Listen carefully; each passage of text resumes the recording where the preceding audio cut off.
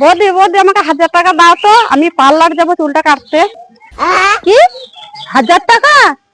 কি রকম চুল কাটবি তুই যে 1000 টাকা চুল কাটতে লাগবে? যেমনি 1000 টাকা নেবে তেমনি দাম শুনে চুলটা কাটবে, যে মাদুর বিক্রির মতো লাগবে। রাখ তোর মাধুরী দীক্ষিত, আমি একজনকে চিনি, সে 10 টাকায় ওর থেকে আরো ভালো চুল কাটবে। তাহলে আমার ভালোই হলো, 10 টাকায় চুল কাটা হবে, তাহলে আমি তার কাছেই যাই। তোকে কোথাও যেতে হবে না, ওকে বাড়িতে ফোন করলেই আসবে।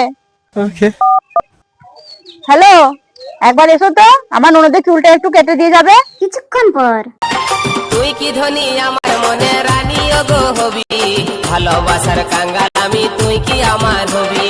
তোর কাছে আছে আমার ভালোবাসার চাবি, মনের হুকা বন্ধু তুই কখন খসাবি। চুল কাটা হয়ে গেছে, প্রথমে 10 টাকা দাও।